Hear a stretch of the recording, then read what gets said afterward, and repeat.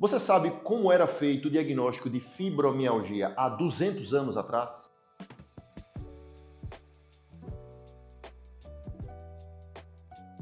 A fibromialgia é uma doença bastante interessante. Uma boa parte dos meus pacientes, quando chega no meu consultório, ele diz: doutor, mas eu tenho uma doença que é nova, que ninguém sabe direito o que é que ela é uma doença que os médicos ainda não conhecem. Não, não é verdade. A fibromialgia já é uma doença muito antiga. Há relato de pessoas com aspecto de fibromialgia há mais de 2000 anos. Mesmo antes de Cristo, já existiam relatos escritos de pessoas que tinham muita dor relacionado a alterações emocionais, mas isso não era chamado de fibromialgia. A partir de que século XVIII, XIX, início do século XX, foi começando a caracterizar as pessoas que têm dor crônica associada a cansaço, associado a sono que não é de boa qualidade. Começou-se a tentar dar um nome a essa condição. E aí começou. Inicialmente, achava-se que era uma fibrosite. Fibrosite, na verdade, é uma inflamação do tecido fibroso, do tecido muscular. Depois se pensou que era uma fibromiosite, sempre pensando que existe inflamação nos músculos, já que a pessoa tem tanta dor. E aqui é um dado muito importante. A fibromialgia não é uma doença inflamatória. Por isso que esse histórico em que a pessoa, desde o início, as pessoas que estudam a doença tentaram separar o que é inflamação de não inflamação, é muito relevante porque a fibromialgia não tem inflamação. A pessoa pode estar completamente dolorida, pode estar toda quebrada, pode estar sentindo muita dor, não se julga a dor, a pessoa está com dor, mas não obrigatoriamente está inflamada. Inflamação é uma coisa, dor é outra. E a gente caminha ali pela década de 40, 50, 60, pensando-se que essa doença era uma fibromiosite. Havia uma lesão, uma inflamação da fibra muscular, por isso o nome miosite, todo o sufixo ite é inflamação, miosite, inflamação, por isso que o músculo estava doendo tanto. Em 1970, dois autores começaram a perceber que não havia inflamação, ou seja, arrancava-se um pedacinho do músculo das pessoas que tinham muita dor, fazia análise no microscópio e não tinha nenhum sinal de inflamação. Avaliava os exames de sangue e não tinha nenhum sinal de inflamação. Avaliava-se os exames que tinham disponível à época, raio-x, ultrassom, e não havia inflamação. E aí, foi a partir da década de 70, começou-se a falar o nome apenas de mialgia. E isso foi evoluindo, fibromialgia, fibro, de tecido fibroso, muscular, mialgia, dor, e a partir daí, em 1990 apenas, foram cunhados os primeiros critérios classificatórios de fibromialgia. Portanto, uma doença que tem relato desde 2000 anos antes de Cristo, passando por toda a história da humanidade, desde o tempo escrito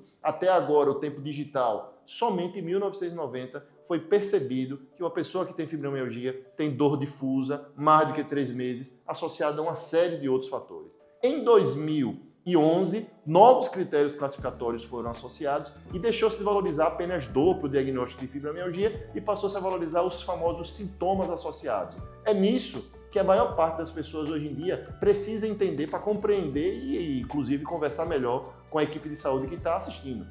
Hoje, ou a partir de 2011, já sabe-se que tem pacientes com fibromialgia que não necessariamente tem dor o tempo todo no corpo todo. O indivíduo pode ter dor, ela tem que ser crônica, ela tem que ser arrastada, pelo menos 3 meses, mas ele pode ter como principal problema fadiga, aquele cansaço exagerado. Ele pode ter um sono de restauração ruim, ou seja, ele dorme as horas que ele acha que tem que dormir, mas acorda sempre cansado. Ou é aquela pessoa que tem fibromialgia, mas tem alteração de memória, de concentração, não consegue produzir adequadamente. Então, em 2011, a partir dos dados do que aparecia nos consultórios daquelas pessoas que atendem fibromialgia, reumatologista, neurologista, psiquiatra, foi que foram feitos os novos critérios classificatórios, reavaliados em 2017, 2021, e nós hoje utilizamos esse critério. Se a pessoa tem dor difusa e tem esses sintomas associados, ele é portador de fibromialgia. E isso impacta diretamente na escolha adequada do tratamento. Portanto, não tem aquele remédio que é melhor para a fibromialgia. Não tem aquela solução mágica que é melhor para a fibromialgia. A gente já sabe com a evolução que existe a melhor estratégia para aquele tipo de fibromialgia. Nos últimos 10 anos não houve aparecimento de nenhum remédio que seja de fato revolucionário na fibromialgia. E as pessoas ficaram tristes imaginando que uma doença que relativamente não é tão incomum, é uma doença comum, dados oficiais falam que 5% da população adulta, a gente pode falar com certeza que tem pelo menos uns 15% da população que sofre de dor crônica no padrão de fibromialgia, não tem um remédio novo há 10 anos. Mas vem evoluindo o entendimento sobre a caracterização da doença, porque definindo a melhor tipo de doença, o melhor tipo de doença, certamente você vai separar qual é a melhor estratégia terapêutica, mas sempre respeitando o princípio da multidisciplinaridade. Então, se eu puder contar uma história em que a fibromialgia vem evoluindo, ela vem evoluindo para valorizar nos últimos